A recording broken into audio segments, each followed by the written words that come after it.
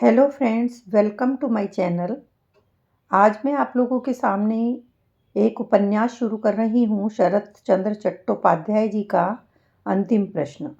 उन्होंने 30 से ज़्यादा उपन्यास लिखे, जैसे परिणीता, देवदास, बड़ी दीदी, मंजली दीदी आदि। लेकिन अंतिम प्रश्न अपने समय से काफ़ी आगे है, उस समय के सामाजिक परिवेश से हटकर है। उस समय की नारी काफ़ी कम पढ़ी लिखी होती थी, जो सिर्फ चारदीवारी में रहकर ही अपना जीवन बिता देती थी। पर इस कहानी की पात्र कमल, जो शिवनाथ के साथ लिव इन रिलेशनशिप में रहती है, उस ज़माने में कोई भी कॉन्सेप्ट नहीं जानता था। इस तरह की नारी को असम्मान की नज़र से देखा जाता था। लेकिन कमल इस मेल डोमिनेटेड सोसाइटी की थोपी हुई ट्रेडिशनल वैल्यूज़ को चैलेंज करती है। वो अपने विचारों को लॉजिक के साथ रखने का साहस रखती है। ज़्यादातर पुरुष इस तरह की नारी को अच्छा नहीं मानते। शिवनाथ, जो अपनी पत्नी को धोखा देता है कमल के लिए, और कमल को धोखा देता है मनोरमा के लिए। इस कहानी का मुख्य डिस्कशन का सेंटर आशुतोष बनर्जी या आशु बाबू का घर है, जो एक वृद्ध हैं जिनकी स्त्री का निधन हो चुका है। ये नॉवल काफ़ी बोल्ड विषय पर आधारित है। मुझे ये अच्छा लगा तो मैंने सोचा ये आप लोगों के साथ शेयर करना चाहिए। इसको मैं 25 भागों में आप लोगों के सामने प्रस्तुत करूंगी। अभी तक आप इसके 9 भाग सुन चुके हैं, तो आइए सुनते हैं इसका 10वां भाग। तीसरा प्रहर था। ठंड जोरों पर थी। आशु बाबू की बैठक की खिड़कियां सारे दिन से बंद ही थी। वे अपनी आराम कुर्सी पर पैर फैलाकर ध्यान से कुछ पढ़ रहे थे।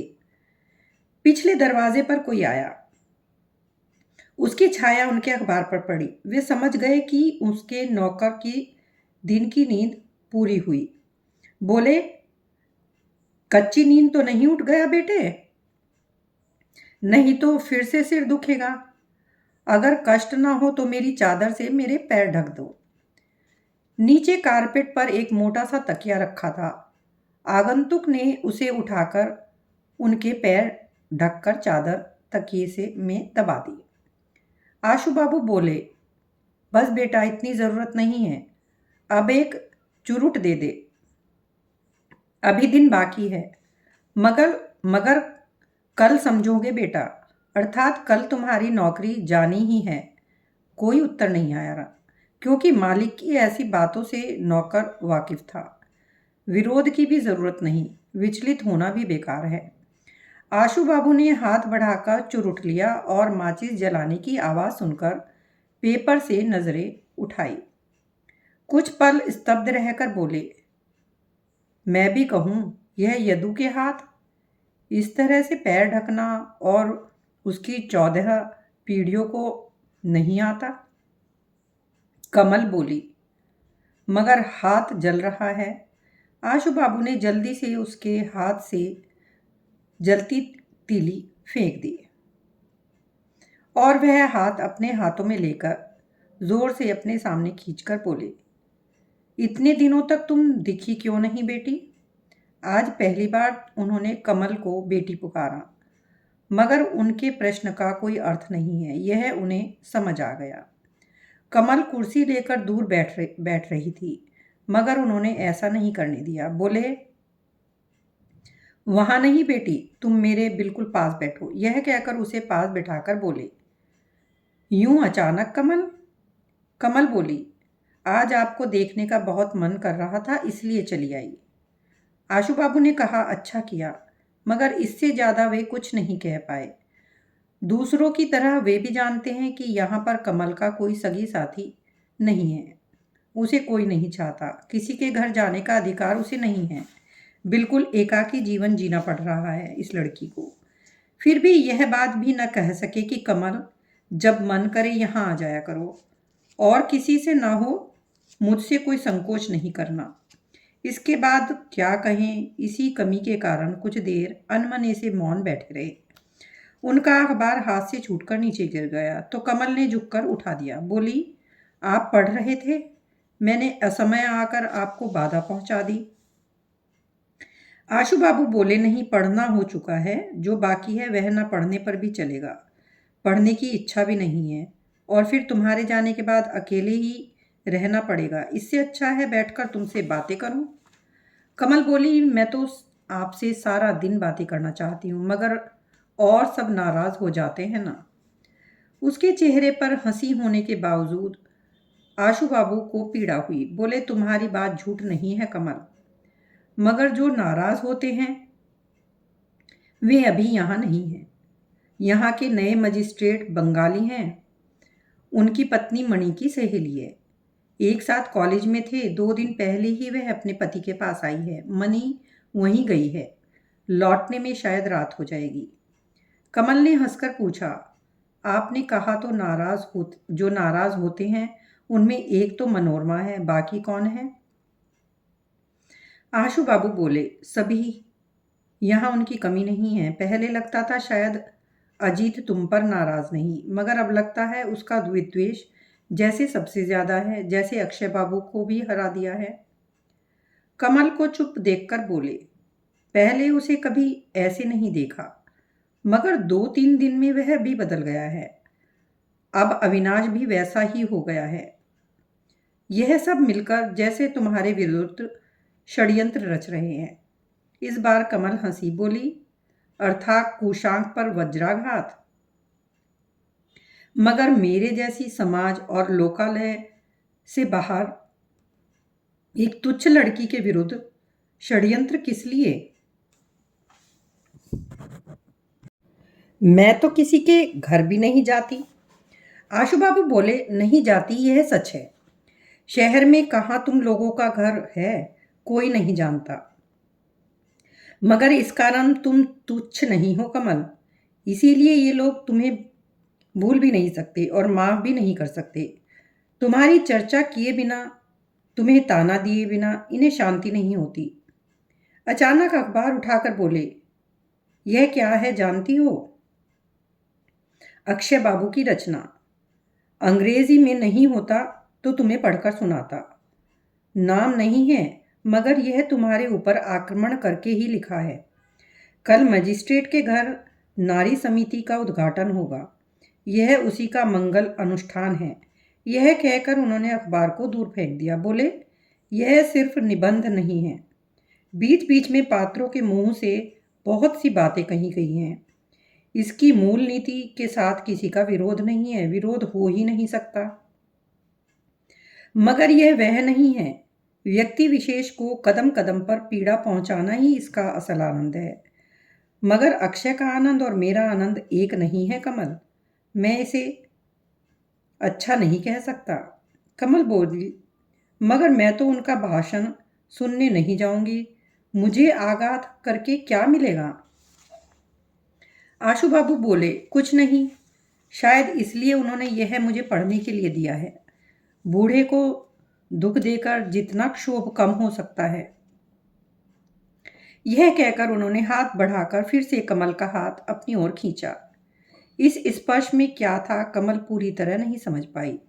फिर भी उसके भीतर अजीब सा हो गया। रुककर बोली, आपकी कमजोरी उन लोगों ने पकड़ी है, मगर असली व्यक्ति को वे नहीं पहचान पाए।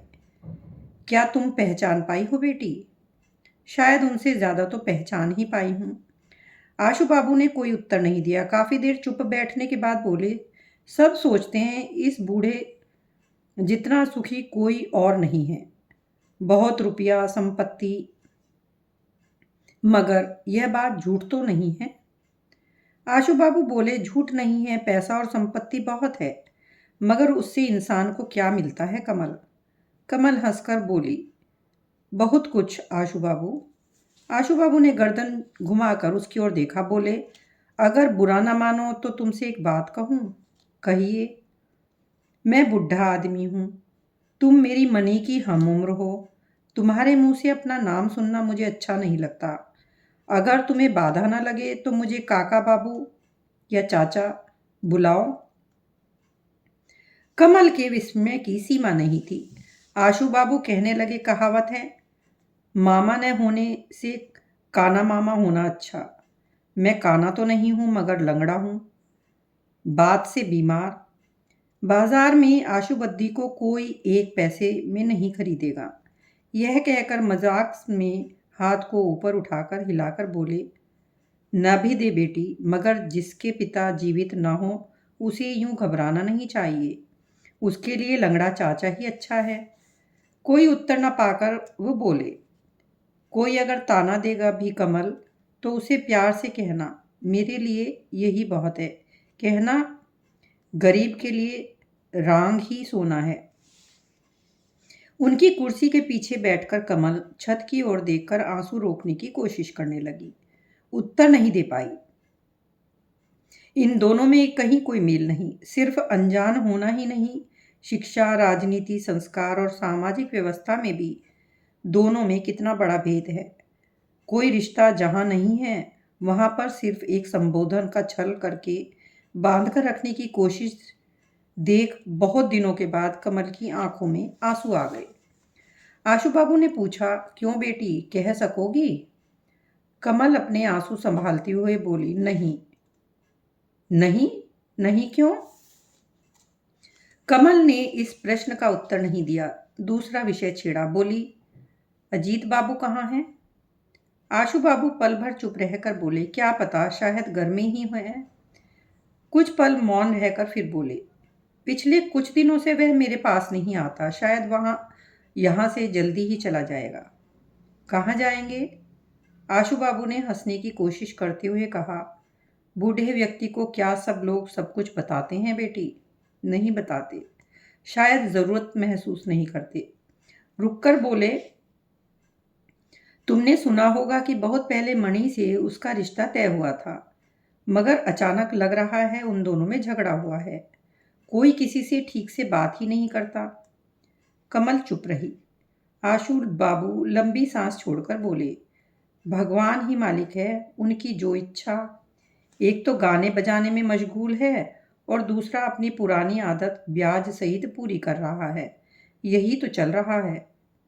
कमल से चुप नहीं रहा गया। कौतूहल पूर्वक प्रश्न किया, क्या है उनकी पुरानी आदत?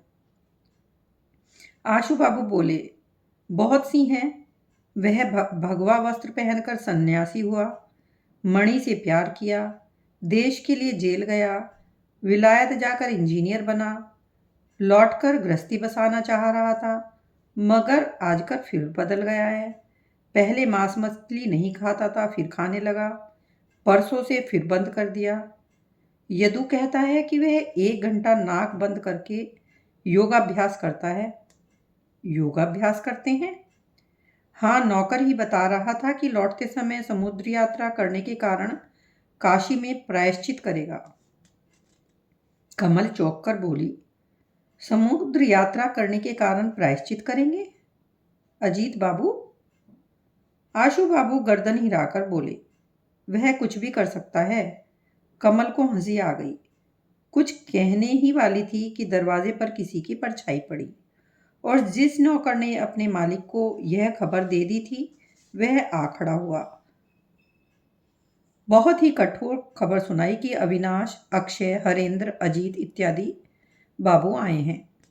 सुनकर सिर्फ कमल ही नहीं, मित्रों का स्वागत करना जिनका स्वभाव है, उन आशु बाबू का चेहरा सूख गया। पल भर बाद ही सब लोग वहां आ गए और चकित रह गए, क्योंकि इस लड़की के यूं यहां दर्शन हो सकते हैं यह तो उनकी कल्पना में भी नहीं था। हरेंद्र ने हाथ जोड़कर कमल को नमस्कार करके कहा, अच्छी तो हैं, बहुत दिनों से आपको नहीं देखा। अविनाश ने हंसने की भंगिमा करके एक बार दाएं तो एक बार बाएं गर्दन घुमाई। इसका कोई अर्थ ही नहीं हुआ। और सीधा आदमी अक्षय, उसने सीधे पथ पर सीधे मतलब से कुछ पल सीधे खड़े होकर आंखों में अवज्ञा भरकर कहा, मेरा आर्टिकल पढ़ा? कहते ही उसने देखा उसका आर्टिकल जमीन पर पड़ा है। खुद ही उठाने वाला था कि हरेंद्र ने रोकते हुए कहा, रहने दो अक्षय बाबू, नौकर झाड़ू लगाते समय फेंक देगा। हरेंद्र के हाथ को हटाकर अक्षय ने कागज के टुकड़े को उठा लिया। हाँ, पढ़ लिया, कहकर आशु बाबू उठकर बैठ गए। उन्होंने देखा अजीत सोफे पर बैठकर पुराना अखबार देख रहा है। अविनाश कुछ कहने के लिए तड़प रहे थे। बोले, मैंने भी अक्षय की रचना ध्यान से पढ़ी है आशु बाबू। उसका अधिकांश भाग सत्य और मूल्यवान है। देश की सामाजिक व्यवस्था को अगर बचाना है तो परिचित और प्रतिष्ठित पद पर ही उन्हें चलाना चाहिए।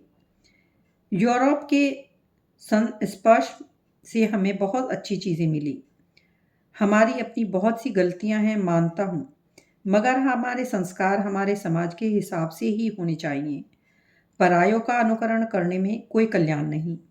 भारतीय नारी की जो विशिष्टता है, जो उनकी अपनी है, उसे अगर लोभ या मोह के कारण नष्ट होने दें तो हम व्यर्थ हो जाएंगे। यही ना अक्षय बाबू? बातें अच्छी हैं और सारी अक्षय के संबंध निबंध में हैं। विनय के कारण वे कुछ नहीं बोले, बस अपनी तारीफ से तृप्त होकर पलके झपकाने लगे। आशु बाबू स्वीकार करके बोले, इस बात पर कोई बहस ही नहीं है अविनाश बाबू।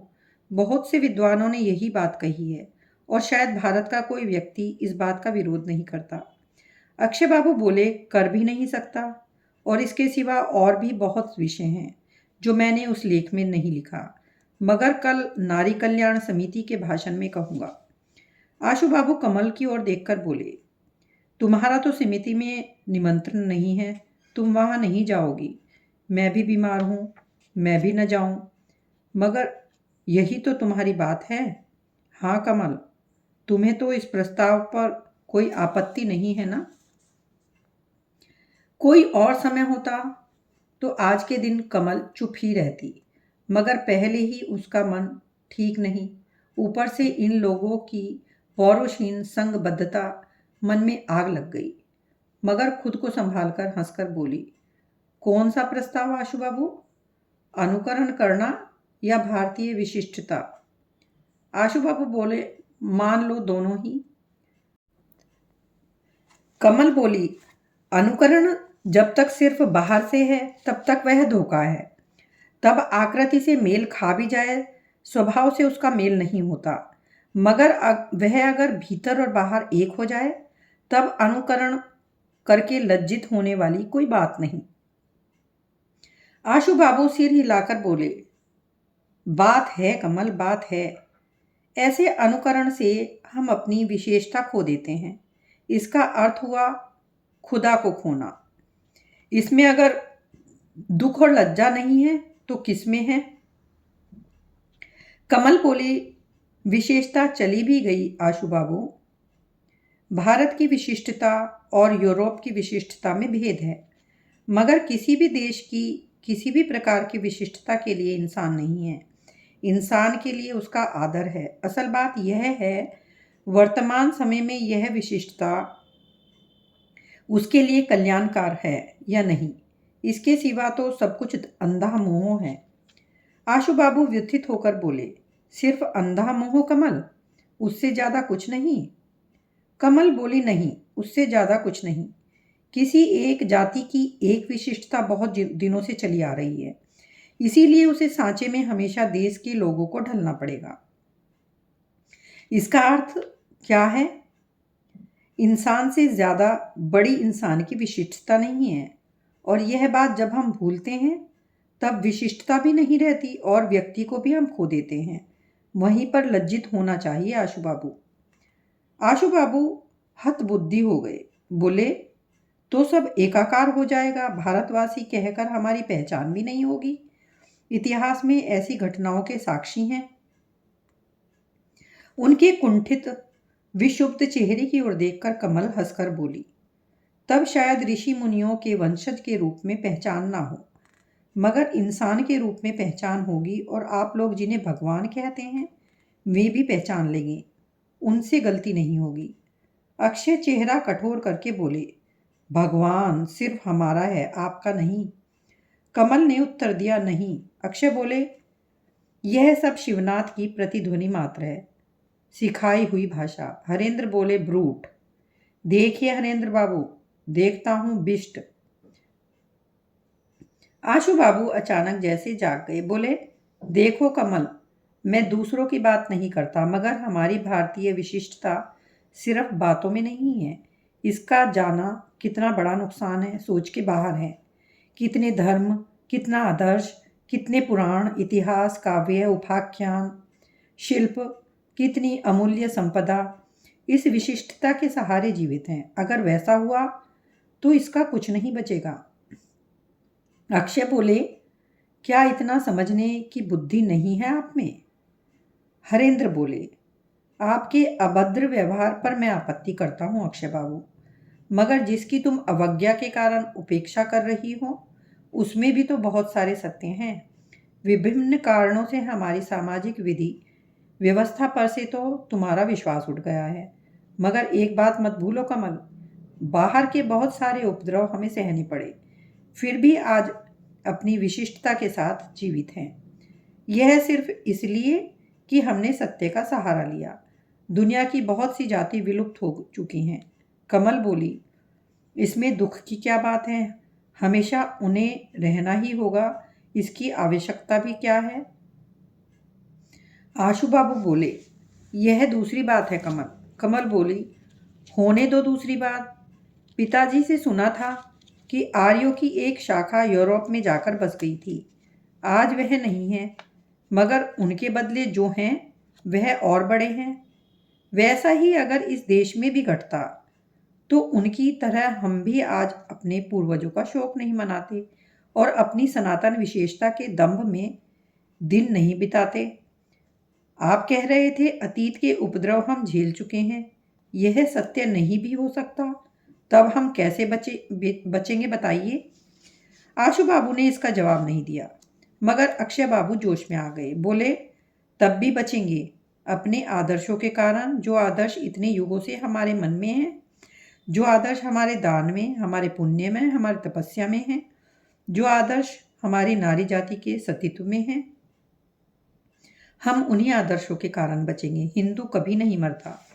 अक्षय बाबू ने हाथ में पकड़ा कागज फेंक दिया और आंखें फाड़कर कमल को देखने लगे। पल भर के लिए कमल भी भौचक रह गई। उसे याद आया, निबंध लिखकर यही व्यक्ति उस पर आक्रमण कर रहा है और यही सब वह कल नारी कल्याण में कहेगा। और वह अंतिम वाक्य उसी को कहा गया है। क्रोध से उसका चेहरा लाल हो गया, मगर इस बार भी खुद को संभाल कर बोली, आपसे बात करने का मेरा मन नहीं करता अक्षय बाबू, मेरे आत्मसम्मान को ठेस पहुंचती है। कहकर वह आशु बाबू की ओर देखकर बोली, कोई आदर्श बहुत दिनों से स्थायी है, इस कारण हमेशा स्थायी होगा, कहा नहीं जा सकता, और उसके परिवर्तन में कोई शर्म नहीं। मैं आपसे यह कहना चाह रही थी, इससे जाति की विशेषता अगर समाप्त होती है तब भी। एक उदाहरण देती हूँ। अतिथि का सत्कार करना हमारा बहुत बड़ा आदर्श है। कितने काव्य कहानियाँ, कितनी धार्मिक कहानियाँ हैं इस पर। अतिथि की खुशी के लिए दाता कर्ण ने पुत्र की हत्या की थी। इस विषय पर कितने लोगों ने आंसू बहाए, उसका ठिकाना नहीं। मगर आज ये कहानी कुत्सित ही नहीं भयानक है। सती पत्नी कोढ़ी पति को कंधे पर उठाकर वैश्यालय ले जाती है। सतीत्व के इस आदर्श की कभी तुलना नहीं की, मगर आज वह बात इंसान के मन में घृणा को जन्म देती है। आपके अपने जीवन का जो आदर्श, जो त्याग लोगों के लिए आज श्रद्धा का कारण है, कभी शायद वह दया का मामला होगा। इस बेकार के आत्मनिग्रह की ज्यादती का लोग मजाक उड़ाकर चले जाएंगे। इस आघात की निर्ममता से आशु बाबू का चेहरा पीला सा पड़ गया। बोले, कमल, इसे विग्रह क्यों मान रही हो? यह मेरा आनंद है। यह मुझे उत्तराधिकार के रूप में मिला बहुयुगों का धन है। कमल बोली, होगा बहुयुगों का, सिर्फ साल गिनकर आदर्शों का मूल्य नहीं आंका जा सकता। अचल अषाढ़ गलतियों से भरे समाज के सहस्र साल अनागत के 10 साल की गति के वेग से बह जाते हैं। यह 10 साल ज्यादा बड़े हैं आशु बाबू।